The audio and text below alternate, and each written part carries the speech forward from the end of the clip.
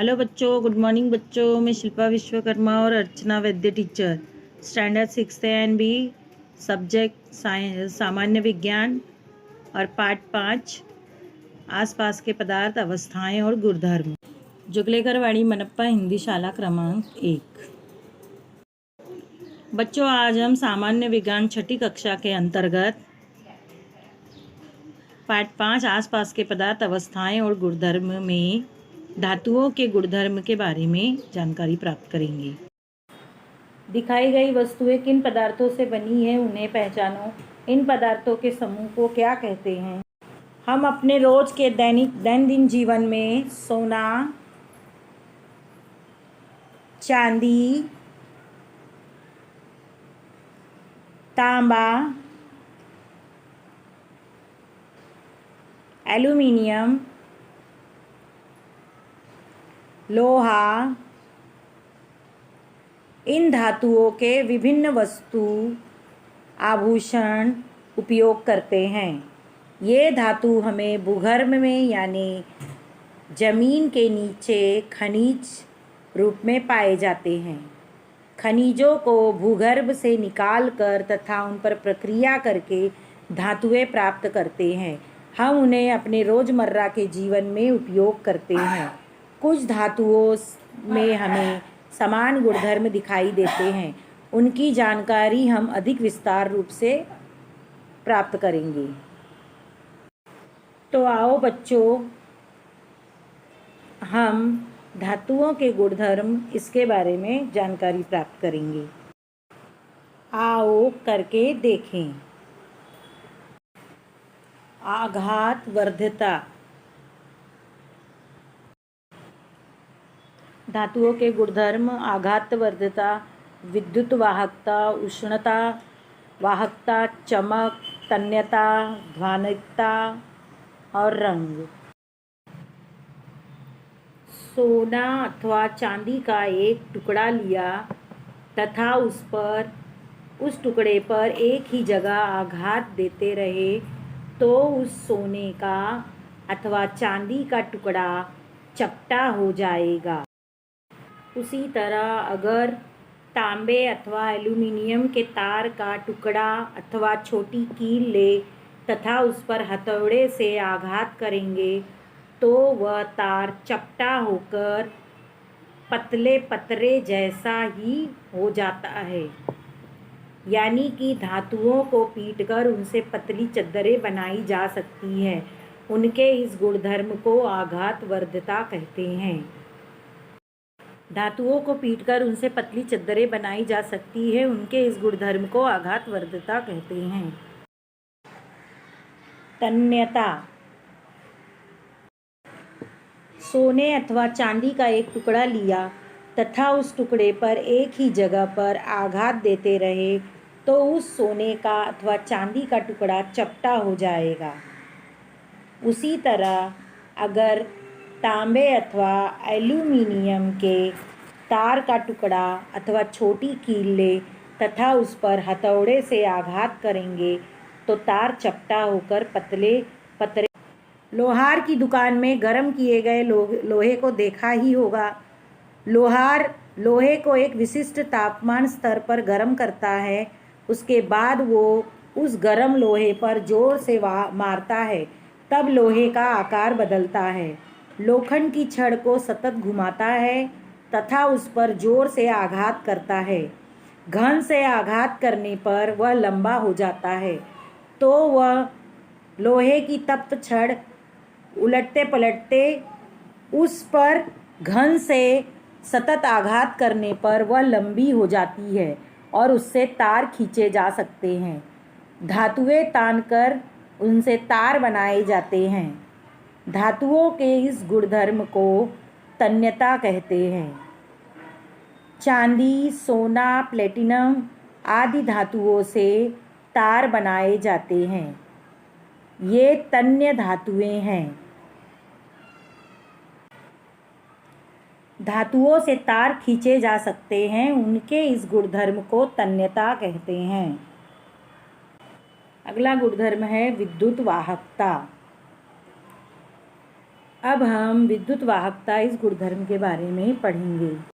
बच्चों, तुम्हारे घर में बिजली का बोर्ड लकड़ी का या प्लास्टिक का होता है? ये बोर्ड लकड़ी का या प्लास्टिक के क्यों होते हैं?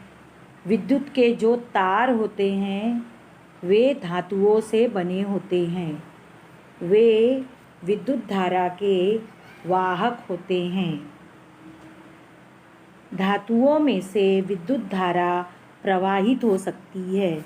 इसे विद्युत वाहकता कहते हैं। विद्युत के ऐसे तारों को अगर खुला छोड़ा जाए तो उसे कभी भी हाथ नहीं लगाना चाहिए। समय समय पर घर के विद्युत बोर्ड या विद्युत तार बड़े लोगों द्वारा तपास करवाना चाहिए। उसके विद्युत का खतरा हम टाल सकते हैं। धातुओं में से विद्युत धारा प्रवाहित हो सकती है। इस गुणधर्म को विद्युत वाहकता कहते हैं। अगला गुणधर्म है ऊष्मा वाहकता। अब हम ऊष्मा वाहकता के बारे में जानकारी प्राप्त करेंगे। तवा या प्रेशर कुकर को प्लास्टिक की हत्ता बिठाया गया होता है। जब घर के तवा, प्रेशर कुकर ये धातुओं से बने होते हैं और धातु ऊष्मा का वहन करती है। उसके कारण हमारा हाथ न जलते तवा या प्रेशर कुकर हम उतार लेते हैं।